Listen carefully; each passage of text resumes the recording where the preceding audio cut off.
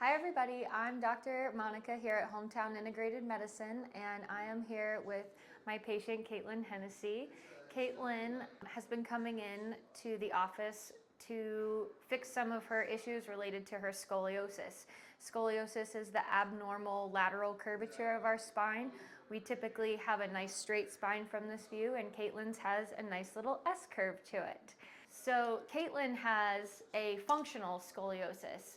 You can either have a functional scoliosis or a structural scoliosis, and we have taken x-rays here in the office when we first began her care to see if we could, one, figure out if there were any structural issues like a hemivertebra or like a vertebra that looks more like a piece of pie instead of like a square from a certain angle.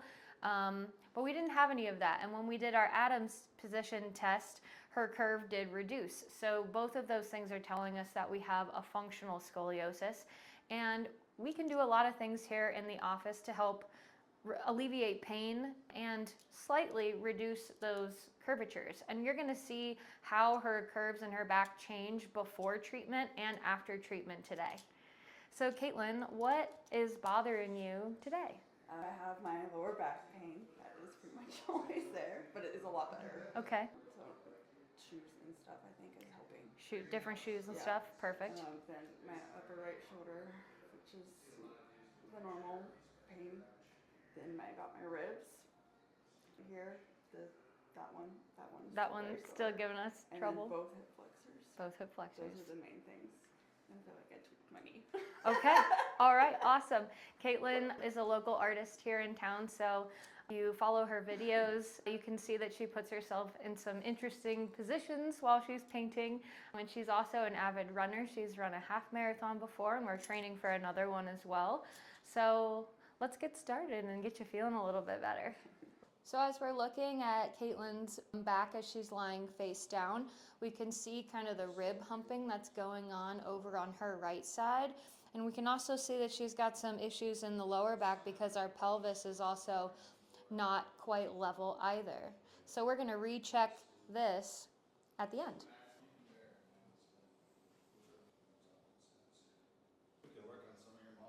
So you might notice that my hands are kind of in different positions than they normally are with some adjustments, and they teach us really great positional things in chiropractic school, but when people have such a large degree of scoliosis like Kaitlin has, sometimes the structures that are in the back that we're supposed to be contacting, they aren't so readily available, and sometimes just things are so out of whack that using those typical contacts on our hands or contacting those on the person, they don't feel so good. So we adapt our style to the person's anatomy, and that's a cool thing, and it's a unique thing for every single patient.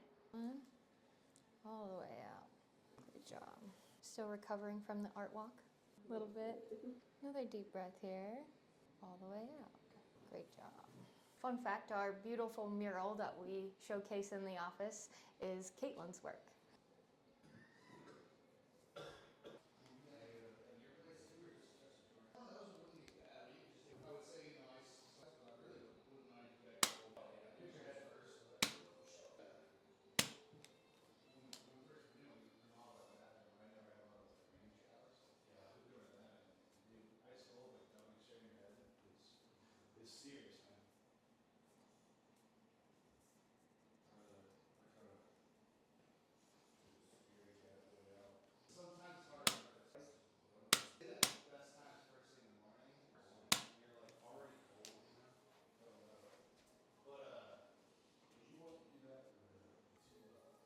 Deep breath in.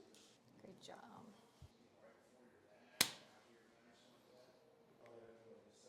How you doing? Good. Good. It's sore up there. Sore up in here. So we're right at that major apex of Kaitlin's curve where that S starts to come down, and now it's starting to change directions, which is why her ribs flare pretty moderately in this area. Another deep breath. All the way out. Good.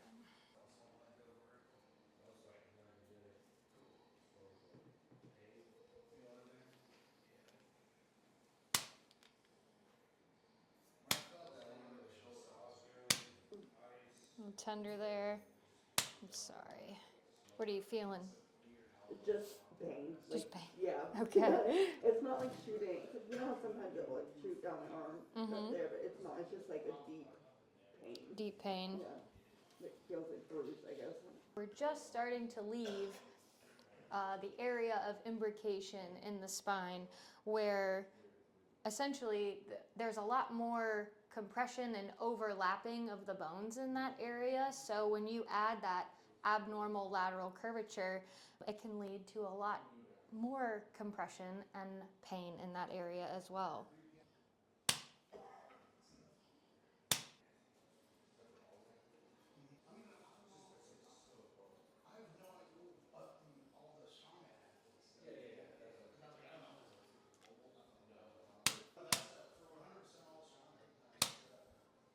You're doing great, Kaitlin. I know this isn't always fun. Good.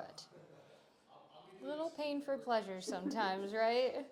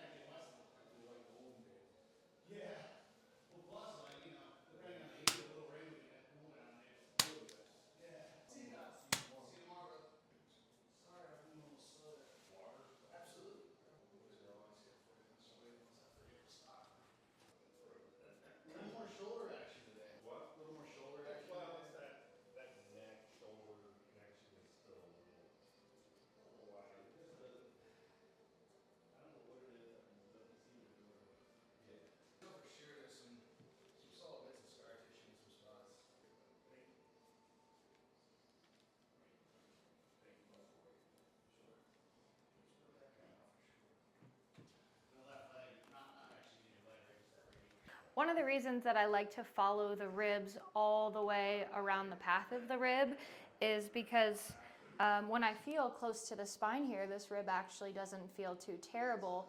But when I follow it kind of underneath the armpit in this area, I actually feel quite a few adhesions. And when I poke through here, sorry, Kaitlin, I can actually feel the reverberation right back to the spine. And so I know it's having an impact on that.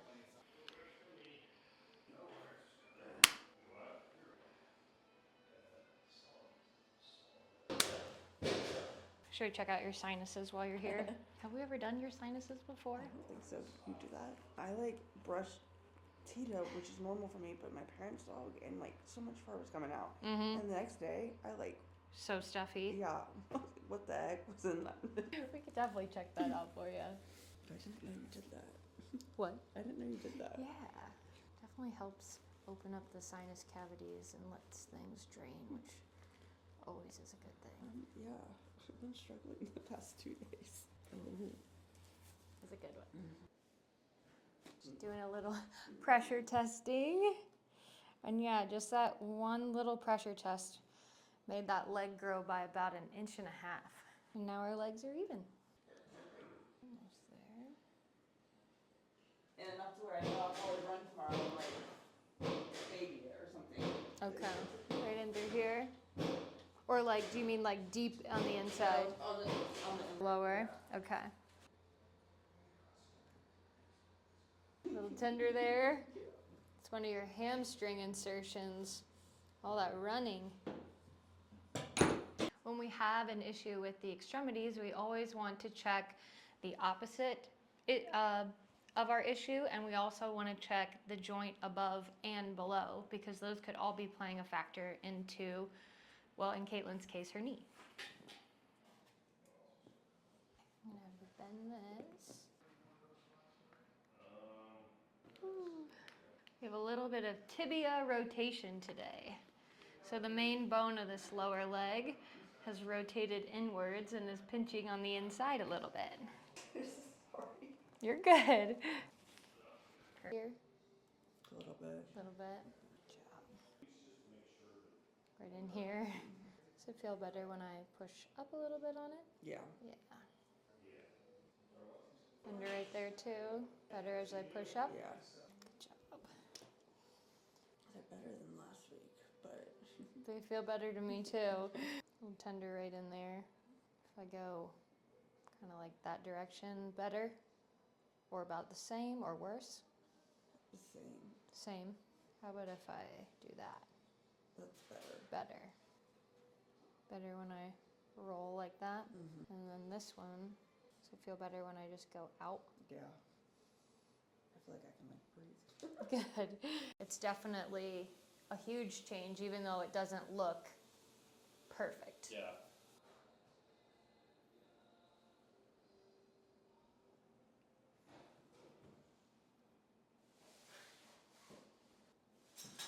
We're working some of the lower traps. We're also working a little bit into the lats right now.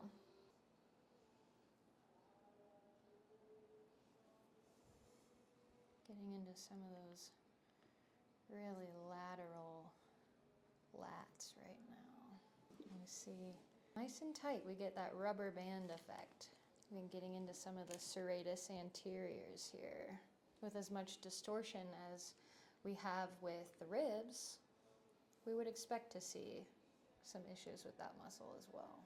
You're doing great, Kaitlin. Like I said earlier in the video, when we follow out the ribs all the way along their length, and I got into this lower armpit area, we could feel some adhesions in between the ribs along the intercostal muscles. So I'm just trying to get my little fingers in between there and break some of that up.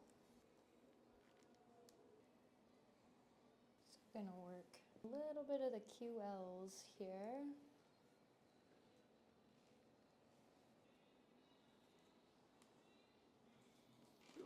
I'm sorry. So this is Kaitlin's back from this view after a full spine adjustment and some soft tissue work. As you can see, her pelvis is much more level and these ribs are not quite as flared as they were before.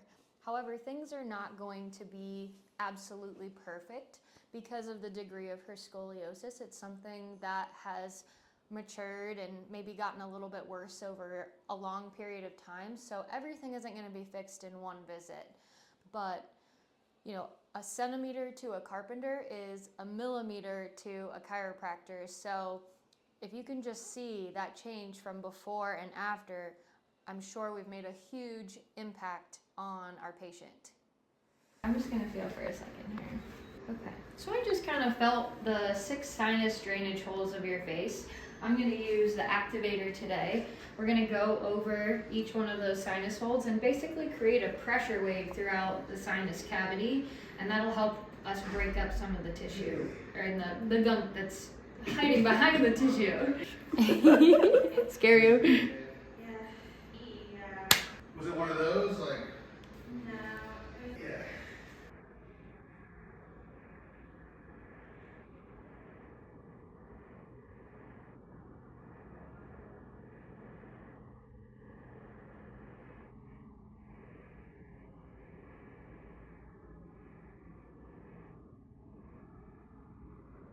It's probably how Dillon thinks about me all the time. In Phoenix, I always have to convert time. And 2 hours? Because they're not Mountain West, right?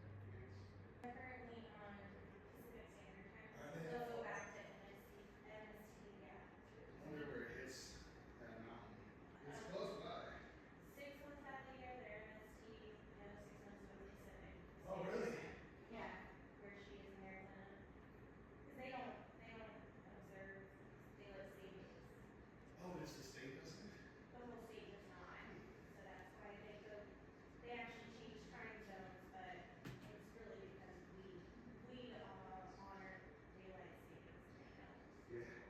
So yeah, I always have to just like remember how much over either 3 hours or 2 hours, depending on the year. Sure. So after our treatment today, how are we feeling? A lot better. A lot better? Yes. Good. Things feel a little looser. Perfect. Perfect. Well, thank you so much for coming in and letting us film your treatment today.